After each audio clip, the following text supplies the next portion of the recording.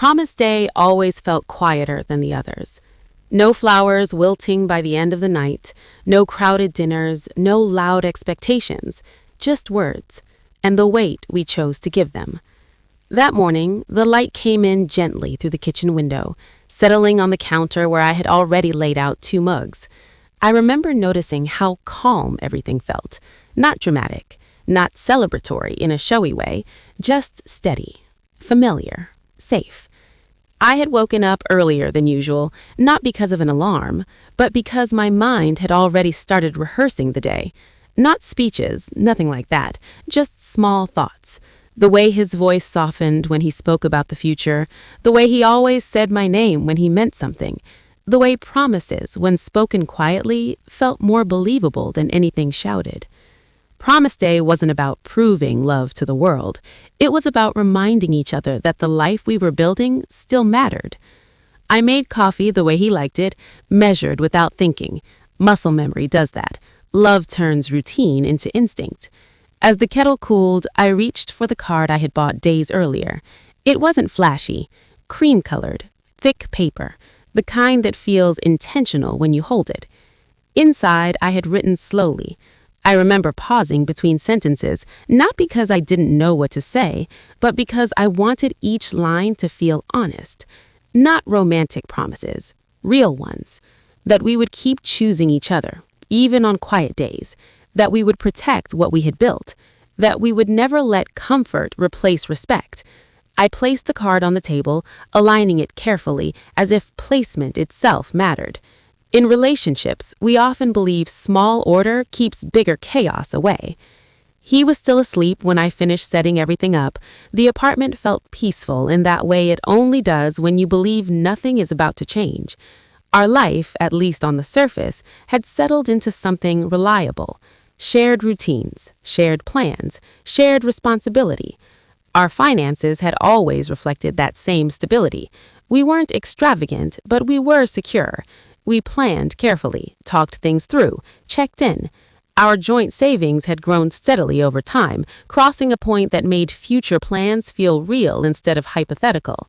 It wasn't about the number itself, it was about what it represented: discipline, partnership, trust. Money, when handled together, becomes a language of commitment. I never felt the need to monitor or question. Trust does that. It removes the urge to double-check. When he spoke about long-term goals, about security, about making sure we were always okay, I believed him. There was nothing in his tone that suggested otherwise.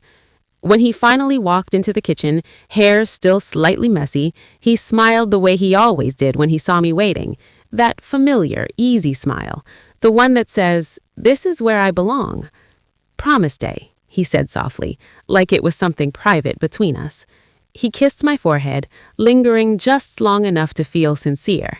He picked up the card, read it slowly, and for a moment I watched his face more than his hands.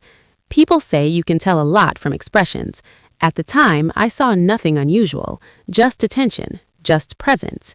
He told me he appreciated how I never made things complicated, how our life felt grounded, how he felt lucky that we were always on the same page.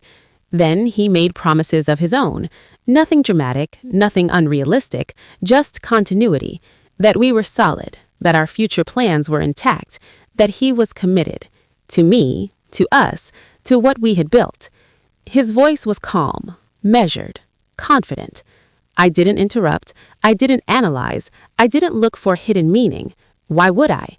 This was the man I had shared years with. This was the relationship that had survived stress, change, and the slow tests of adulthood. Promise Day, to me, wasn't about reassurance because I felt insecure. It was reassurance because everything felt aligned. We talked about the year ahead, about small upgrades to the apartment, about timing, about patience, about making sure we continued doing things the right way, not the easy way. At one point, he squeezed my hand and said, "I want us to always feel this steady." Steady. That word stayed with me. After breakfast, he mentioned he had a few things to handle later in the day. Nothing specific, just errands, follow-ups, normal life things. I nodded without hesitation. Independence is part of trust, too. As he got ready to leave, he repeated one thing again, casually, like it didn't need emphasis. "You never have to worry about us." And I didn't. I watched him walk out, listening to the door close behind him, feeling completely at ease. There was no tightness in my chest, no lingering doubt, just the quiet comfort of believing your life is exactly what it appears to be. I cleaned the mugs, folded the card envelope carefully, and placed it back in the drawer. I remember thinking how simple happiness can feel when you're not questioning it. That afternoon, I sat by the window, sunlight warming the floor, mentally organizing the rest of the week.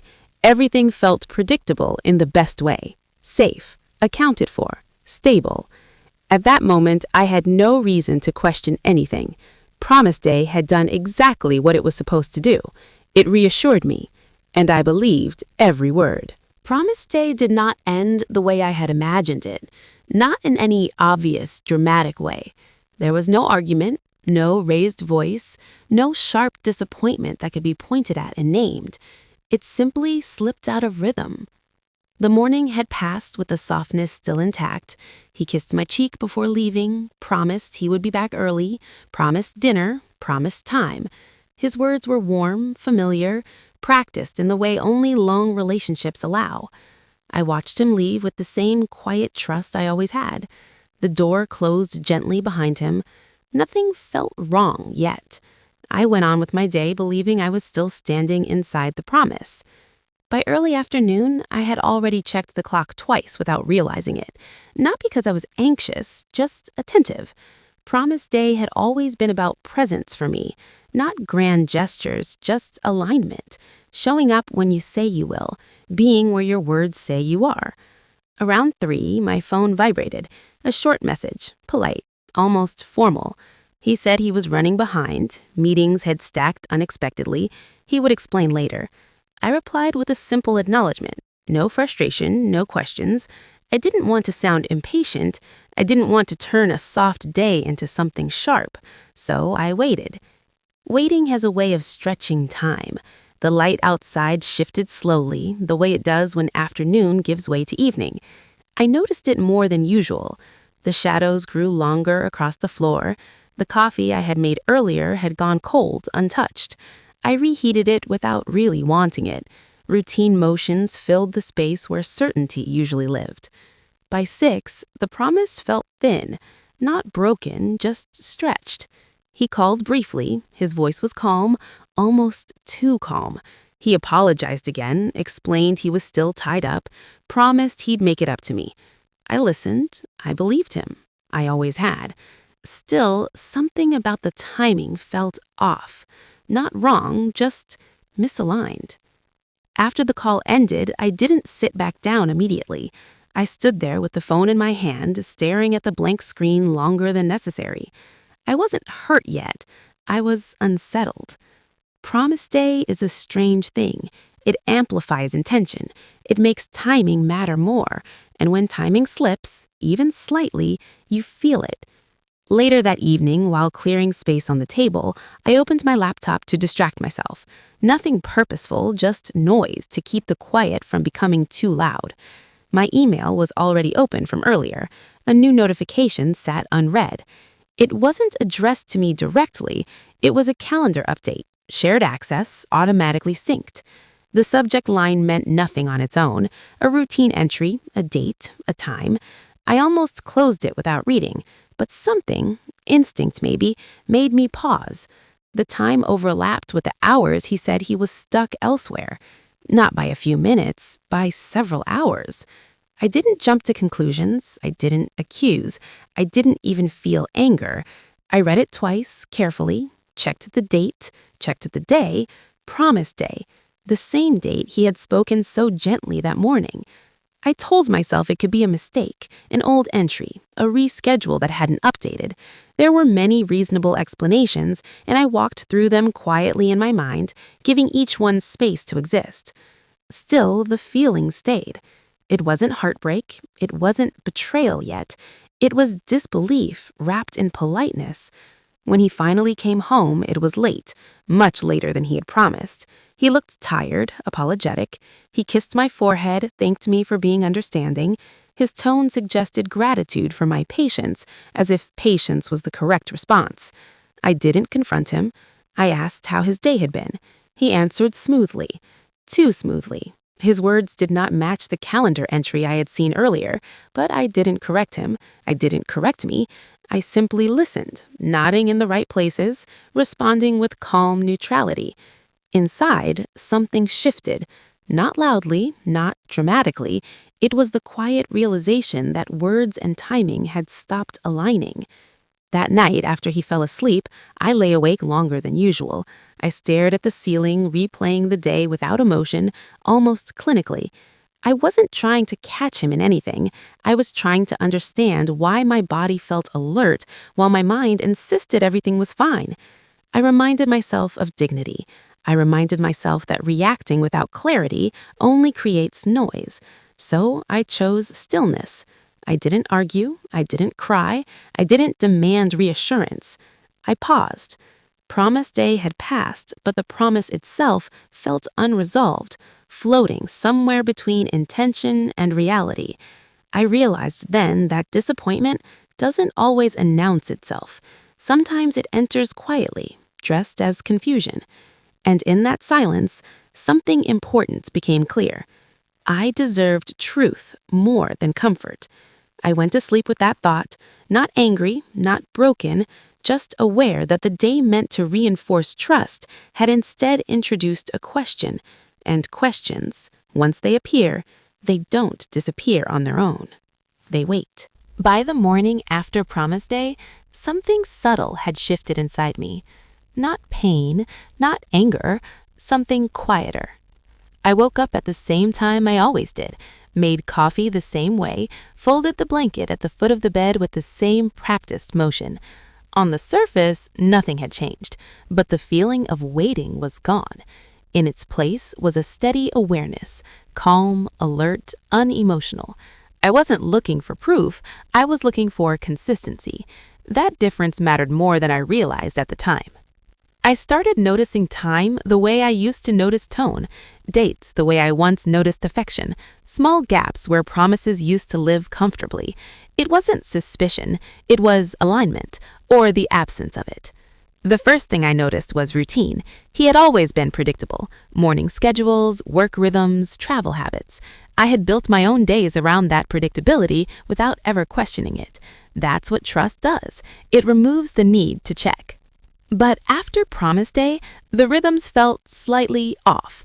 Not wrong, just irregular. Meetings that ran longer than usual, calls returned later than expected, plans that shifted without explanation, then shifted back again. Nothing dramatic enough to confront, nothing obvious enough to accuse, just enough to notice. So I did what I had always done best. I observed. I started writing things down, not emotionally, not obsessively, just dates, times, neutral facts. I wasn't creating a case, I was creating clarity. I compared calendars, not to catch anything, only to understand why things no longer lined up the way they used to. A work trip that overlapped a personal commitment, a scheduled event that moved without discussion, a gap where presence had once been assumed. Each detail by itself meant nothing. Together, they formed a pattern. I didn't feel betrayed yet. I felt informed. There is a strange calm that comes when you stop interpreting and start recording, when emotions step back and facts step forward. I wasn't rehearsing conversations anymore. I wasn't waiting for explanations. I was simply watching the shape of truth reveal itself. Promise Day had been about words. This phase was about paper. Not dramatic documents, not secret files. Everyday records, shared accounts, routine statements. Things that exist quietly whether we look at them or not. Numbers don't lie, but they also don't accuse. They just sit there, waiting to be acknowledged. And I acknowledged them. I noticed timelines didn't just misalign once. They repeated, in the same places, in the same ways. The consistency of the inconsistency was what finally shifted something inside me. This was no longer about love. It was about truth. That realization didn't hurt the way I expected it to. It didn't collapse me. It grounded me. Love had always been emotional. Truth was structural. And structure, once seen, cannot be unseen. I remembered the promises spoken on Promise Day, softly, carefully, with practiced warmth. At the time, they felt sincere, and maybe they were. But sincerity doesn't erase contradiction. Words don't override records. The symbolism changed quietly. Promise Day used to mean reassurance. Now it meant comparison. I stopped asking myself how something felt and started asking how it fit. Fit into time, fit into behavior, fit into documented reality. That shift alone gave me more peace than any explanation ever could. He didn't notice the change in me right away. Most people don't notice when someone stops reacting and starts understanding. I smiled the same, spoke the same, listened the same. But internally, I had stepped out of emotional participation. I wasn't cold, I was precise. There were moments when I could have spoken, when a simple question might have triggered a defensive answer, but I didn't need answers anymore. I needed confirmation, and confirmation doesn't come from conversation. It comes from patterns holding under scrutiny. I reviewed months, not days, context, not incidents. I noticed where effort had been consistent and where it had quietly withdrawn, where commitments had shifted without negotiation, where certainty had slowly been replaced by assumption. And still, no confrontation, because clarity does not rush, it settles. By the end of that week, I felt something I hadn't felt since before Promise Day. Not trust, not doubt, control. Not control over him, control over myself. I understood now that love doesn't disappear all at once. It dissolves gradually, replaced by awareness when dignity demands it. And awareness, once formed, does not need emotion to sustain it. I folded the Promise Day card and placed it away, not as evidence, not as memory, but as a marker, the exact moment when words and reality began to diverge. I didn't feel angry about it. I felt ready. Ready for the next phase, not of confrontation, but of structure, not of reaction, but of preparation. Because once truth becomes visible, silence becomes strategic, and I had learned how powerful silence could be. I didn't change my tone. That was the first decision I made. By the time I reached this point, emotion had already done its job. It had alerted me, it had guided me, and then, quietly, it stepped aside. What replaced it wasn't anger or revenge. It was structure. It was order. It was a need for clarity that no conversation could provide. I didn't accuse him. I didn't even hint that I knew anything. Promise Day had taught me something important. How easily words could sound sincere while time told a different story. I wasn't interested in repeating that mistake. So instead of asking questions, I started confirming answers. The first appointment I made wasn't traumatic. It was practical. A small office, neutral walls, a desk that had seen thousands of lives pass through it, each with their own version of certainty that had quietly collapsed. The woman across from me didn't interrupt. She didn't assume. She didn't react. She listened the way professionals do, without judgment, without emotion, without needing to be convinced. I laid everything out carefully, not rushed, not emotional, just chronological. Dates first, then amounts, then patterns. I watched her eyes shift, not in shock, but in recognition. That was when I understood something important. This wasn't unusual, this wasn't rare, and it certainly wasn't something that required confrontation to resolve. She didn't ask why I hadn't said anything yet. She simply said, "You did the right thing by coming prepared." Prepared. That word mattered, because preparation meant control. From that point forward, everything became procedural, not cold, but precise. The kind of precision that doesn't raise its voice because it doesn't need to. Every account was reviewed, every timeline aligned. The discrepancies weren't dramatic when viewed individually, but together they formed a structure that didn't rely on interpretation. Trust had relied on tone, truth relied on records. I learned how to separate what was shared from what was assumed, what was joint from what was individual, what was promised from what was documented. There was no need to dramatize it. Numbers don't need emotion to be clear. One total stood out, not because it was shocking, but because it was undeniable. Spread across months, hidden behind normal routines, it had felt invisible. Placed side by side, It felt final. For the first time since Promise Day, I didn't feel confused. I felt steady. Silence became intentional, not avoidance, strategy. I didn't need to test his honesty anymore. The records had already done that for me. Conversations would have only added noise to a process that was finally clean. At home, nothing changed on the surface. I still moved through my days the same way, still handled responsibilities, still showed up. The difference was internal. I no longer needed reassurance. I had confirmation. Every document I organized removed another layer of uncertainty.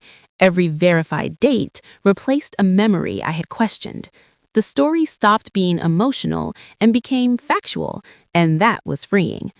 There was a moment, late one evening, when I realized I hadn't checked his expressions in days. I wasn't measuring his tone anymore. I wasn't wondering what he meant, because meaning no longer mattered. Only alignment did. Promise Day had once been about believing in spoken commitments. Now I understood something more durable. Trust doesn't come from repetition, it comes from consistency, and consistency leaves evidence. No explanations were needed. The records were complete. That sentence settled in me like a conclusion, not a threat. I didn't feel powerful in the loud way people imagine. There was no sense of victory, just clarity, the kind that doesn't need validation. For the first time, I knew exactly where I stood, not because someone told me, but because the structure supported it. And that knowledge was calm, unshakable, quiet. This wasn't the end, but it was the moment control shifted, without confrontation, without conflict, without saying a single unnecessary word. And that, I realized, was real authority. I sat in the quiet of the living room, the morning sunlight slanting across the soft beige rug, touching the edges of the coffee table where my neatly organized documents lay. For the first time in weeks, I didn't feel a knot in my stomach. Everything I had observed, every inconsistency, every misaligned date had brought me here, this calm, deliberate space where I could see clearly. Promise Day, which once held a warmth I had counted on, no longer had to weigh on me with unspoken fears. Instead, it became a reminder of clarity and the quiet strength I had reclaimed.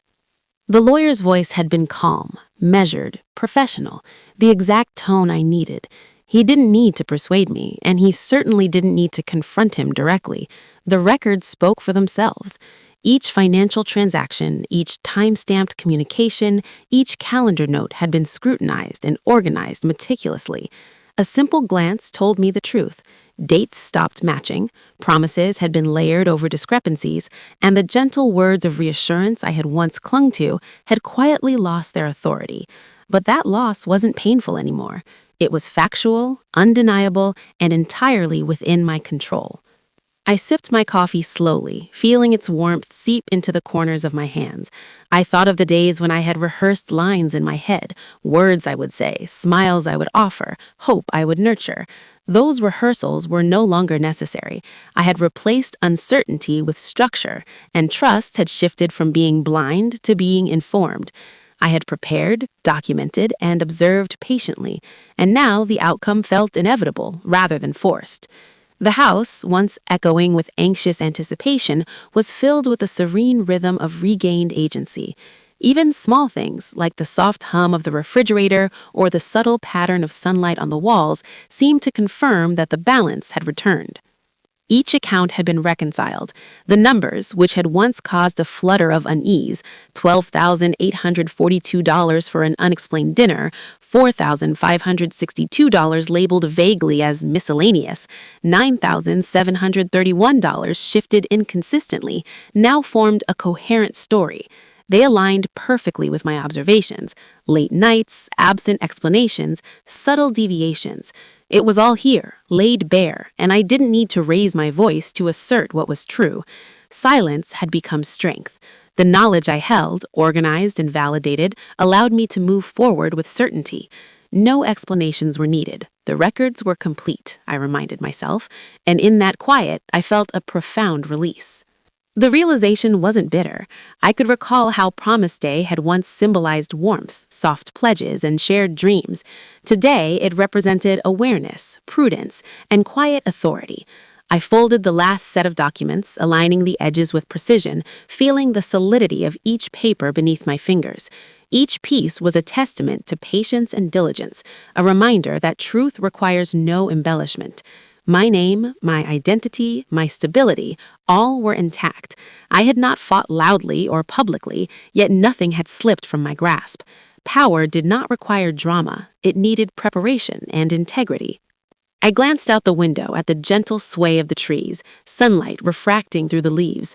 The same day that once invited unmeasured trust now felt like a mirror of careful observation. I allowed myself a deep, deliberate breath, sensing how tension had given way to confidence. No lingering doubts, no frantic questions, just the understanding that I had navigated this quietly, firmly, and entirely on my terms. The house smelled faintly of brewed coffee and the hint of vanilla from the candle I had lit that morning. A simple comfort, but one that grounded me in the tangible, real world. Throughout this process, I had noticed how the smallest details became evidence. A date misaligned by a single day here, a recurring pattern in transactions there, text messages subtly inconsistent with what had been promised. I had cataloged them all without bias or resentment. Each anomaly built into a complete narrative that required no confrontation to validate. Words had failed to carry weight, but facts never would. And in the acceptance of that truth, I found not sorrow, but dignity. Promise Day had not failed, trust had faltered, yet truth remained unshaken, an anchor that steadied my course. I walked to the shelf where the Promise Day card once rested, its elegant handwriting now seeming distant but not painful. I held it, feeling the embossed letters beneath my fingertips. The sentiment behind it was intact, yet the reality had shifted around it. I placed it back, not with anger, but with the serene acknowledgement that hope and truth can coexist in separate spaces. The man I had once relied on for assurances was now defined by his actions, and the clarity I had achieved allowed me to release the remnants of uncertainty without regret. Even the numbers had found their place in my emotional landscape. $3,214 for missed appointments, $7,689 for unexplained transfers, $2,557 for services never discussed. These figures had once sparked anxiety, but now they were merely evidence. Evidence that I had documented, understood, and transformed into empowerment. They told a story without embellishment, without emotional distortion, and without needing to be vocalized. The quiet power of facts had replaced the need for confrontation, and it was infinitely more satisfying. I felt my shoulders relax as the afternoon sunlight deepened in the room. Promise Day, once a delicate symbol of love's intentions, had evolved into a marker of autonomy and resilience. I could allow myself to smile, softly and confidently, knowing that my decisions, my observations, and my patience had culminated in clarity. Independence was no longer a distant goal, it was fully present. I had navigated this journey without melodrama, without argument, and without losing sight of my own dignity. As the day drew on, I allowed a subtle reflection, what Promise Day meant then and what it signifies now. The day had always been about assurances, a gentle reminder that someone's word could carry weight. Today, it reminded me that careful observation, deliberate action, and unwavering self-respect carry even greater weight. I had retained everything that mattered: identity, stability, and control. There was no bitterness, no loud victory, just the quiet satisfaction of inevitability. The evening approached, and I placed the documents in their final folder, the sunlight fading to a soft, golden hue across the pages. I sat back, letting the day's calm wash over me, fully aware that nothing could unsettle the balance I had restored. Promise Day didn't fail. Trust faltered, yes, but truth endured, and I had claimed it completely. In that enduring truth, I found peace, quiet authority, and the affirmation that dignity never requires noise. It merely requires patience, clarity, and the courage to follow the evidence to its natural conclusion. I allowed myself one last look at the house, the space that had once held anticipation, uncertainty, and soft longing. Now it was a sanctuary of clarity, proof of my measured resilience, and a symbol of the quiet resolution that I had achieved.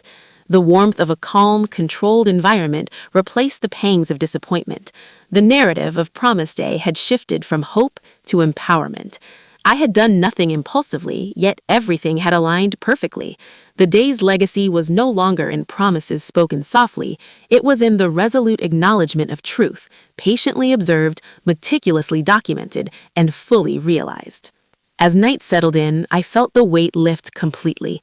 The journey from hope to observation to quiet resolution was complete.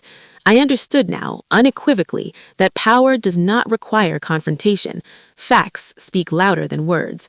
Numbers and dates can deliver clarity more definitively than the most earnest assurances. And in that clarity, I had reclaimed my life, my stability, and my confidence. Promise Day didn't fail. Trust did. Truth didn't, and it never would.